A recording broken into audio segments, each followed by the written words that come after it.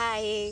आम्ही आत्ता ॲक्च्युली बसलो आहोत ताडोबामध्ये आणि मला हे शेअर करायला खरंच खूप आवडतं आहे की टायगर आय टूर्ससोबत आम्ही ताडोबाला आलो होतो आणि सगळं ट्रिपचं प्लॅनिंग, सफारीचं प्लॅनिंग, त्याचं बुकिंग असेल, ह्या सगळ्या ज्या टेक्निकल गोष्टी असतात ना, ह्या सगळ्या टायगर आय टूर्सने सांभाळल्या होत्या. आणि आम्ही लिटरली फक्त इथे नागपूरमध्ये येऊन नागपूर ते ताडोबा आणि मग नंतर आतमध्ये सगळा ताडोबाचा जो काय अनुभव आहे तो इतका अमेझिंग आहे. म्हणजे आता खरं तर शब्दात तो कदाचित तेवढा नीट सांगताही येणार नाही, मांडताही येणार नाही. कारण मुळात एकतर पहिल्यांदा मी जंगल सफारी केली. अनेक वर्ष आमचं चालू होतं की जंगल सफारी केली पाहिजे, जंगलात गेलं पाहिजे आणि ते जंगलात गेल्याशिवाय तिकडचा खरा अनुभव काय असतो ते कळत नाही. त्यामुळे आमचं बरेच वर्ष, अनेक महिने हे असं प्लॅनिंग चालू होतं आणि ते फायनली घडून आलं thanks to Tiger I Tours. त्यांचा जो प्लॅन होता, तर बेसिकली आम्ही 2 सफारी केल्या आणि एक सफारी दुपारची होती. सो इकडे आल्या आल्या पहिल्यांदा आम्ही दुपारी एका सफारीसाठी गेलो आणि आयुष्यातली पहिली सफारी. कधीच असा जंगलात वाघ बघितलेला नव्हता आणि पहिल्या सफारीतच आम्हाला 4 वाघ दिसले. त्यामुळे तो जो काय आनंद होता आणि तो जो काय अनुभव होता तो खूपच कमालीचा होता. आणि मग आम्ही दुसऱ्या दिवशी पुन्हा एकदा सफारीला गेलो. ती मॉर्निंग सफारी होती, अर्ली मॉर्निंग, पहाटेच्या 5:30 वाजता आम्ही दुसऱ्या सफारीला गेलो.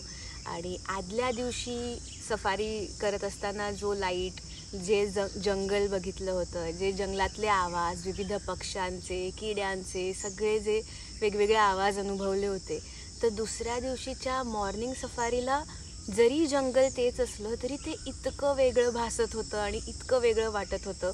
त्यामुळे तोही अनुभव खूप मस्त होता, जेव्हा अर्ली मॉर्निंग सकाळी आणि सूर्योदय होतो आणि आपण तो लिटरली विटनेस करत असतो, तर तेही खूप कमाल होतं. सो अशी आम्ही दुसरी सफारी केली. आम्हाला दुसऱ्या सफारीतही वाघ दिसला आणि फक्त वाघच नाही, त्या व्यतिरिक्त इथे इतके बाकी वेगवेगळे प्राणी आहेत, वेगवेगळे पक्षी आहेत, अनेक प्रजाती आहेत पक्ष्यांच्या.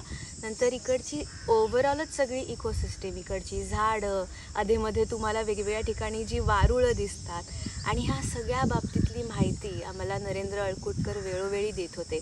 त्यांनीच हे सगळं एक्झिक्युशन, प्लॅनिंग हे सगळं केलं होतं आणि ते स्वतः मुळात जाणकार आहेत. त्यांना अनेक वर्षांचा अनुभव आहे, त्यांना खूप गोष्टी इथल्या सगळ्या माहिती आहेत. मुळात जंगल बघायचं कसं हे त्यांना माहिती आहे. त्यामुळे ते वेळोवेळी आम्हाला ते सांगत होते की इकडे हा पक्षी आहे, या पक्षाचं हे नाव आहे, त्या पक्षाची ही खासियत आहे. अशा अनेक गोष्टी, अनेक डिटेल्स त्यांच्याकडनं आम्हाला मिळत होत्या.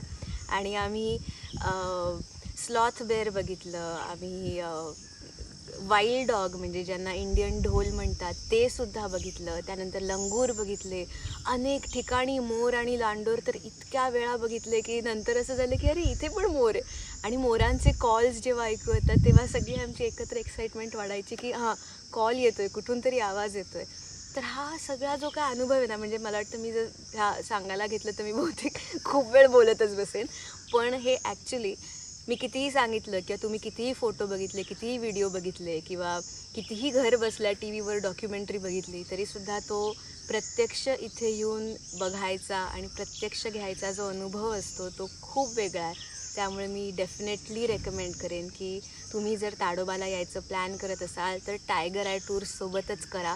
कारण तुम्ही टायगर आय टूर्स बरोबर जर प्लॅनिंग केलं तर लिटरली तुम्ही आखी ट्रिप निश्चिंत असाल आणि तुम्हाला चांगल्यातली चांगली ट्रीटमेंट, चांगलं रिसॉर्ट, चांगली सोय प्रत्येक बाबतीतली, येण्या-जाण्याची असेल, गाडीची असेल, जेवणाची असेल, सगळ्या बाबतीतल्या सोयी, म्हणजे तुम्हाला बाकी दुसरा कुठला विचार, काही प्रश्नच पडणार नाही. कारण हे सगळे प्रश्न ऑलरेडी सॉर्टेड आहेत. त्यामुळे तुम्ही जर इकडे यायचं प्लॅनिंग करत असाल तर I highly recommend tiger eye टूर्ससोबतच करा आणि जंगलात येऊनच हा जंगलातला अनुभव घ्या. थँक्यू.